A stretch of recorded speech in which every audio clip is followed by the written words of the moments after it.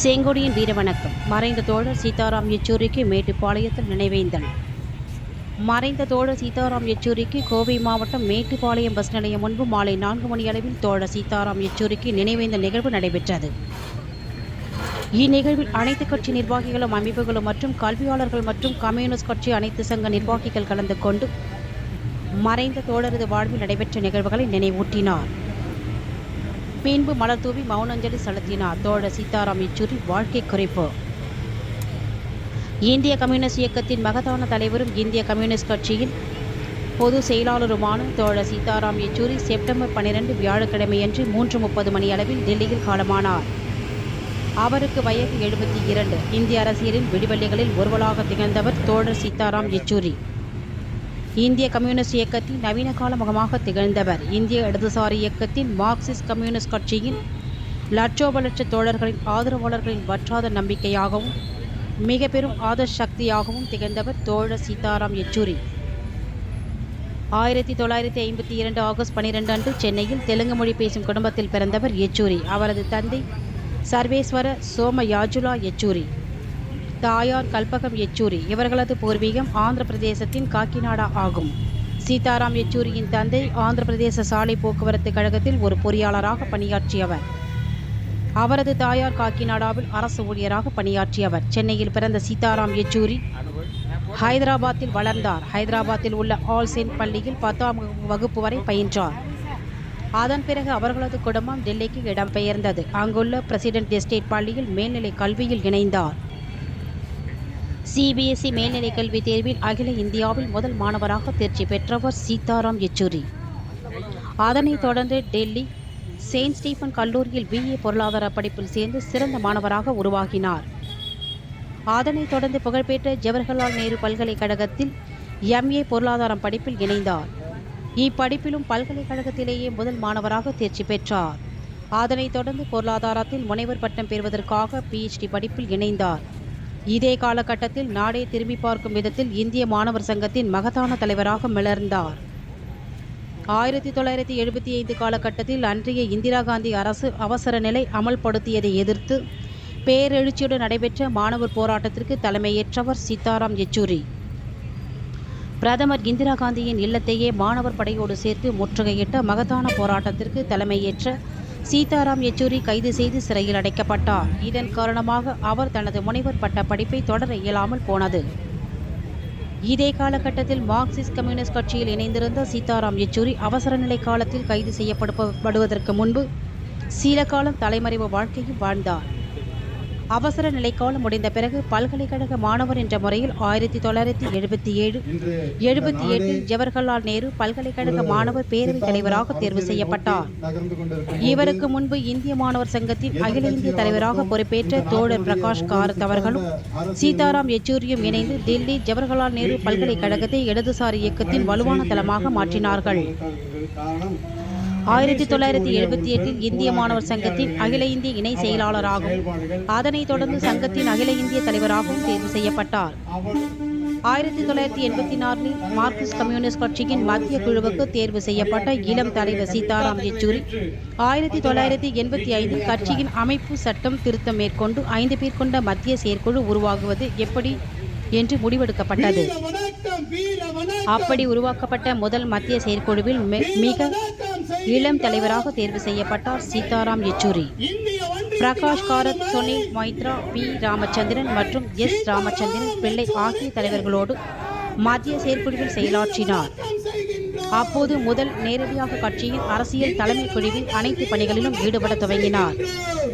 1986 இந்திய மாணவர் சங்கத்தின் பொறுப்புகளிலிருந்து சீதாராம் யெச்சூரி விடுவிக்கப்பட்டார். 1992 சென்னையில் நடைபெற்ற வரலாற்று சிறப்புமிக்க கட்சியின் 14வது அகில இந்திய மாநாட்டில் அரசியல் தலைமைக்குழு உறுப்பினராக தேர்வு செய்யப்பட்டார்.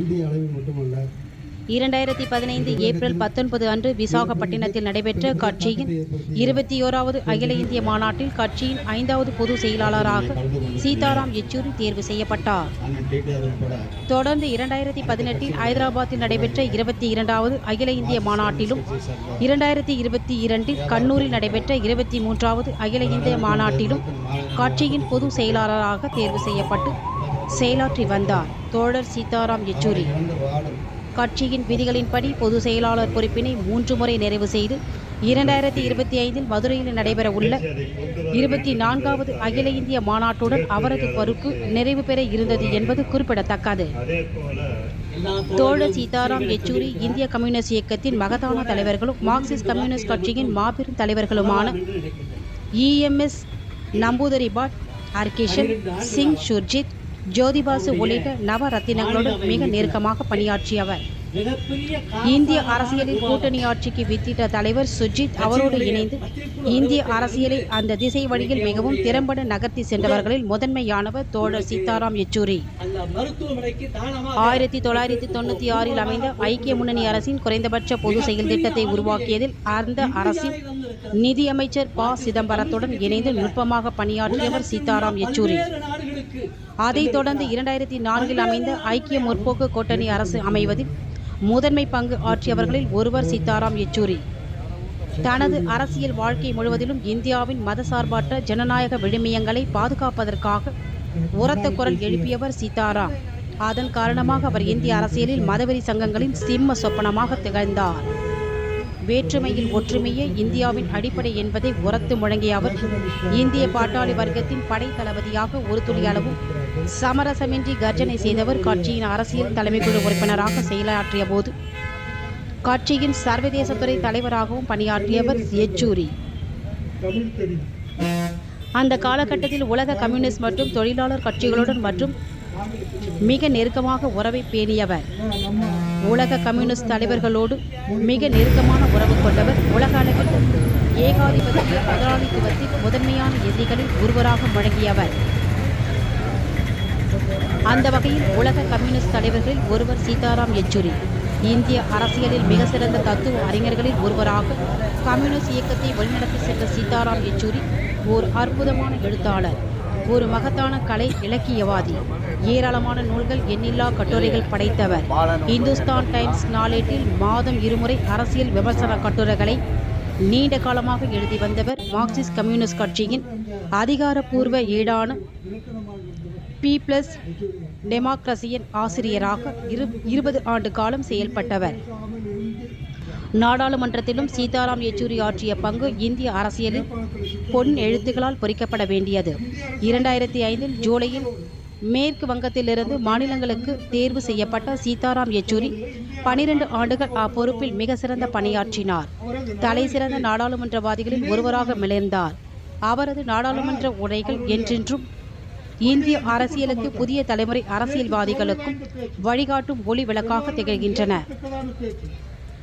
72 வயதில் காலமாகியுள்ள தோழர் சீதாராம் யெச்சூரிக்கு சீமா சிஸ்டி என்ற மனைவி உள்ளார். அவர் தற்போது வயர் இணைய இதழில் ஆசிரியராக பணியாற்றி வருகிறார். இதற்கு முன்பு BBC இந்திய சேவையின் தில்லி ஆசிரியராகவும் இந்தியன் எக்ஸ்பிரஸ் நாளிதழின் தில்லி பதிப்பு ஆசிரியராகவும் பணியாற்றியவர். சீதாராம் யெச்சூரிக்கு முதல் திருமணம் இந்திராணி மஜூதாருடன் நடைபெற்றது. அந்த திருமணம் மூலம் அகிலா யெச்சூரி, ஆஷிஷ் யெச்சூரி என்ற மகனும் இருந்தனர். அகிலா யெச்சூரி தற்போது எடின்பர்க் பல்கலைக்கழகத்தின் வரலாற்றுத் துறையில் பேராசிரியராக பணியாற்றி வருகிறார். சீதாராம் மகன் ஆஷிஷ் யெச்சூரி 2021 ஏப்ரல் 22 அன்று கோவிட் தொற்று பாதித்து தனது 34 வயதில் மரணமடைந்தது. சீதாராம் யெச்சூரியுடைய பாதித்து மிகவும் துயரகரமான சம்பவம் ஆகும். அதைத் தொடர்ந்து கடந்த ஆண்டு அவரது தாயார் கல்பகம் யெச்சூரியும் காலமானார். ஆகஸ்ட் 19 அன்று சுவாச பிரச்சினை காரணமாக தில்லி எய்ம்ஸ் மருத்துவமனையில் அனுமதிக்கப்பட்ட சீதாராம் யெச்சூரி தீவிர சிகிச்சை அளித்தும் பலனின்றி செப்டம்பர் 12 அன்று காலமானார். செய்திகளுக்காக ராத்திரி நியூஸ் புலனாய்வு இதழ் ஆசிரியர் வேலூர் வா. தர்மேந்திரன், தலைமை செய்தியாளர் ஹரிப்பிரியா ரவி, புகைப்பட கலைஞர் மேட்டுப்பாளையம் ஷானவாஸ், செய்தியாளர்கள் RS சாமுவேல்.